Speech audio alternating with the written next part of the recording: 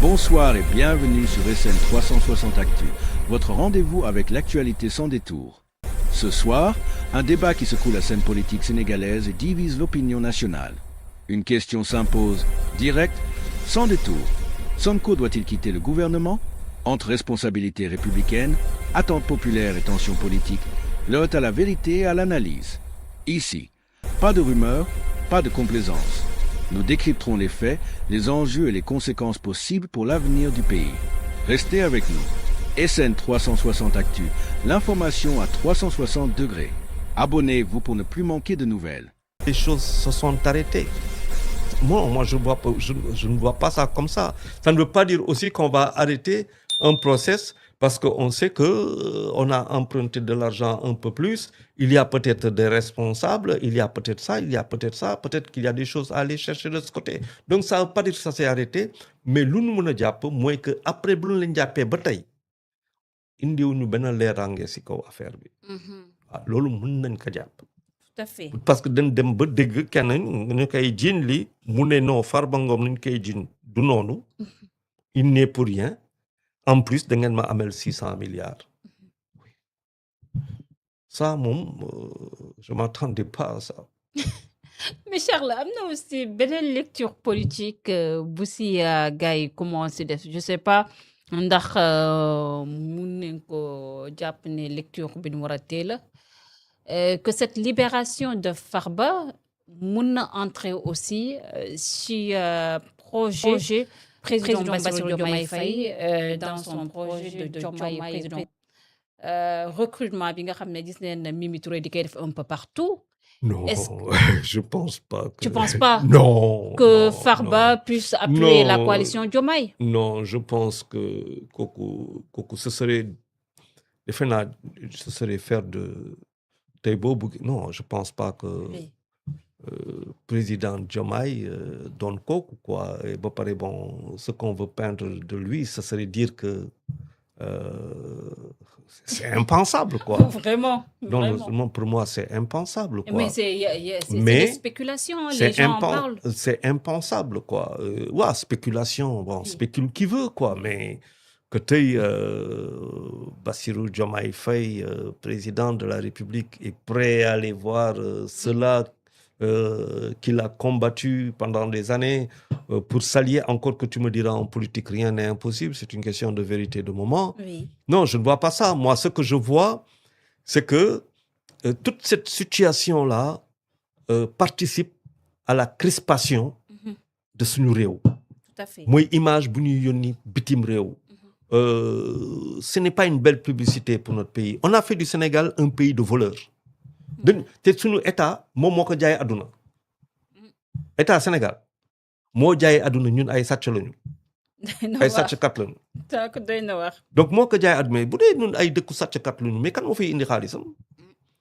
Après bon nit ñi toog di waxtaan ak yow di wax ak yow ba tu commences à te rendre compte que il y a des choses qui dépassent ton entendement, l'entendement de ta personne qui rentre dans le cadre de la raison d'État. Il n'est pas permis de faire de faire ce qu'on a forcément envie de faire. Non, non. Am na loo xam ni tey réew bi tey crispation décrispation dafa crispé. Bor bu ñu mënul fay. Situation économique yaa ngi di tey ku xool journaux yi tey nga xool le secteur du bâtiment. te bâtiment on dit quand le bâtiment va tout va. nga xool secteur bâtiment bi dara doxul. c'est-à-dire gars yi dañuy toog ku far fii wax lii ku far fale wax nii mais la situation ñun ñëpp ñu ngi koy dund ñun ñëpp xam nañ si dara. ñun ñëpp xam nañ si dara ku si nekk au quotidien nga koy xool xëy na ñoo xamante ne mosuñu am salaire mosuñu am privilège tey ñu am ko bu leen neexee ñu wax autrement. Ça c'est normal hein. C'est les situations sociales qui changent mais la situation elle il fait que le président bu muy wax décrispation. Man dama gis raison d'État moo indi décrispation ma gis beneen côté ñu ne non dañu war a dëgëral dañu war a gën a dëgëral mais sa gën a dëgëral boobu fan la lay yóbbu ci réew boo xamante ne kenn dootul waxati ak yow. Donc à un moment il faut se remettre en cause. Je pense que le président de la République il est peut-être dans une logique de remise en cause pour le bien de ce pays-là et peut-être qu'il ne va pas waa xamante ne àndut ak ay loo xamante ne moo doon ñenn yi lu ñu gëm ba léegi ñoom ñu gëm ko mais il faut voir lan moo gën pour le Sénégal aussi. Tout waaw à fait.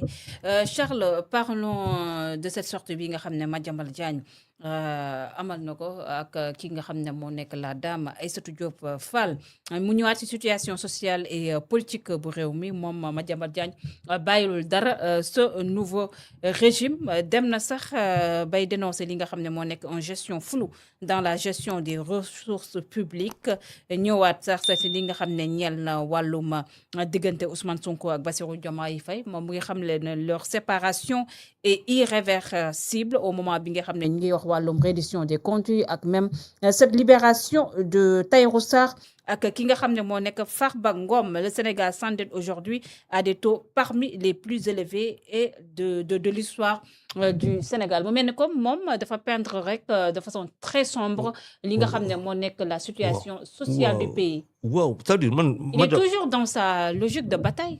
waaw moom il est dans sa logique de bataille. Bon, il est heureux que son épouse et sa femme et son fils recouvrent la liberté. Oui. moom il est dans sa logique mais waxu fi loo xam ni xamuñu ko. Bon. waaw waxu fi loo xam ni xamuñu ko. situation bi boo xoolee la démarche depuis le mois de juillet daaw on sent que entre le premier ministre et le président de la Bassirou. République on sent que c'est devenu difficile. Hein? Mais ay- allez dire que leur séparation est irréversible aussi. mais moi je me pose une question, pourquoi Ousmane Sonko est toujours président, premier ministre? Ah oui. Oui, je me la pose. Parce que Pour yow amatu fi place. Il doit partir. mais moi je serais parti. Toi. Oui, bien sûr. Parce que je ne peux pas dire une chose et faire son contraire. Munoo toog. Le Premier ministre Ousmane Sonko l'a Oui. dit clairement à l'Assemblée nationale. Il ne travaille pas pour le président Bassirou Diomaye Faye, mais pour le Sénégal. Le projet bi porter le président Bassirou Diomaye Faye au pouvoir. mu On est- ne Ah oui, Voilà. je suis d'accord avec toi, je suis d'accord avec lui. Le projet, c'est lui. c'est lui. Mais écoute, moi, je peux pas vouloir une chose, dire une chose et être dans le contraire. Je dis une chose, mais je suis dans le contraire de ce que je dis. Je dis pas je fais le contraire, je dis je suis dans le contraire de ce que je dis. Hmm. C'est une situation. Ouais. Je dis une chose, mais la situation, elle n'est pas celle-là. Mais qu'est-ce que je fais là? Munoo toog ne sa ay réew bi ba mu fi nekkoon président de la République. yaa ko fi wax ay réew bi ba mu fi nekkoon président de la République kon du demee nii. Ok, néew ma président de la République. du dëgg réew bi dafa manqué autorité. Parlons de quand même quelqu'un qui est le chef suprême des armées. Mhm. Ok? Donc le chef suprême des armées qui manquerait d'autorité. Je suis encore là.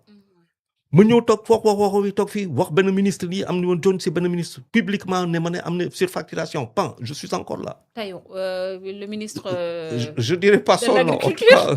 cas xamul non c'était bon je sais pas si c'est en tout cas un ministre qui dans la surfacturation Ah, ak yu vous demee parlez de As. mu ñëw fii toog foofu Oui. wax si koo xamante ni si coalition ba la Oui. yaa ngi dégg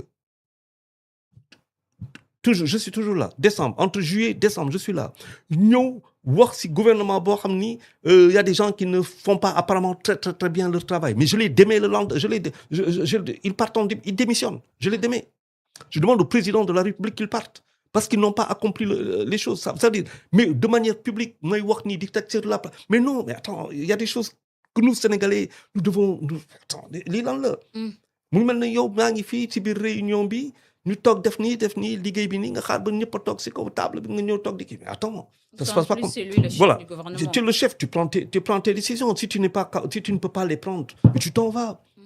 Écoute, et en disant aux gens, bon, très bien, maintenant, je vais aller, je vais chercher le pouvoir en 2029. Sauf que si tu t'en vas, est-ce que la justice, est-ce que si tu... Voilà, il y a beaucoup de questions que nous, on doit se poser aujourd'hui. Parce que man, je ne peux pas entendre toutes ces choses. Yo xamanteni daf may won carrément que le désamour, bon, je parlerai pas de désamour parce qu'on me dira, mais Charles, il raconte de quoi. Mais entre lu may wax ak lu may dund bokkut man nii laa ko bëggee mais lu mu koy dundee du noonu En tout cas. du dëgg mais si kaw loolu sur la table se pose un problème d'élection d'éligibilité en 2029 pour la présidence. Sur la table se pose une question par rapport à Mame Mbaye Niang boo xamante ne moo indi inéligibilité boobu sur la table su ma demee ndax lay demee donc moi je me dis mais attends les vraies questions ce sont celles-là.